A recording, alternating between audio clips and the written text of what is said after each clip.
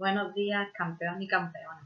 Hoy vamos a hablar sobre los ríos. Vamos a ver cuántas partes tiene un río y además las características que estos tienen. Así que vamos a empezar. Lo primero que tenemos que preguntarnos antes de empezar a explicar las partes y las características es ¿qué es un río?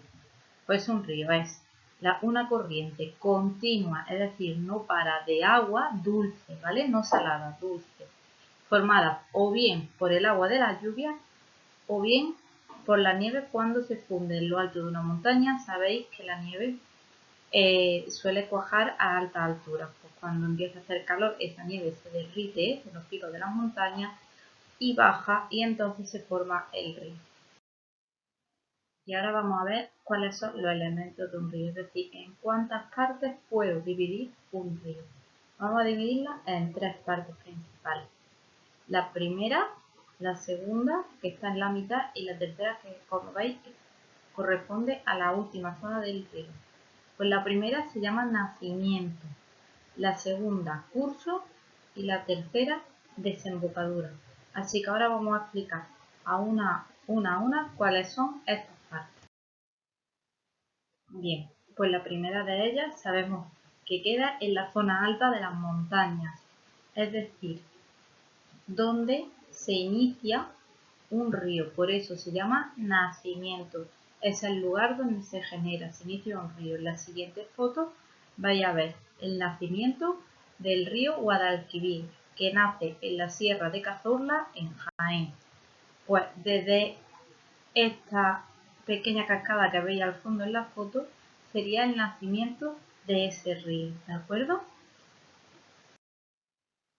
El segundo elemento o característica, recordamos que estaba entre el nacimiento y la desembocadura. Es decir, es el curso, que es el recorrido que va a hacer el río desde su nacimiento, es decir, desde que se origina, desde que nace, hasta su desembocadura, hasta que finaliza. ¿Vale? Este curso puede ser muy largo o muy corto. En esta imagen estamos viendo el curso de un río deslizándose hasta llegar a la desembocadura. Y ahora el tercer y último elemento o parte de un río vemos que está al final y es la desembocadura, es decir, es el sitio donde termina. Y puede haber dos, cuidado, puede desembocar en un mar u océano, es decir, el agua dulce se va a mezclar con el agua salada, o un río puede desembocar en otro río. Y esto se le va a llamar un afluente, ¿vale? Pero lo más importante es que sepáis que hay dos tipos de desembocadura: mares y océanos o ríos. En este caso estamos viendo cómo un río llega hasta el mar, ¿de acuerdo? Y una vez que ya hemos visto todas las partes de un río o todos los elementos, vamos a ver cuáles son estas características. Nosotros vamos a ver 4 características, ni una más ni una menos, solo 4. Estas características son longitud, caudal, régimen y cauce. Vamos a ver ahora detenidamente una a una. Pues la primera de estas características era la longitud. ¿Qué es la longitud? Es la distancia que hay entre el nacimiento y la desembocadura. ¿Cómo llamábamos a eso? A eso se le llamaba curso, es decir, tan grande sea el curso, esa distancia va a llamarse longitud, y podemos diferenciar entre dos tipos de ríos: o un río de longitud corta o un río de longitud larga, es decir, un río corto o un río largo. La segunda característica que habíamos visto era el caudal. ¿Qué es eso de caudal?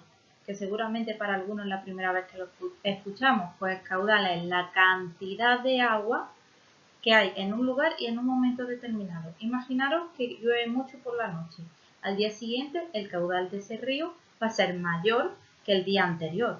¿Por qué? Pues debido a las lluvias.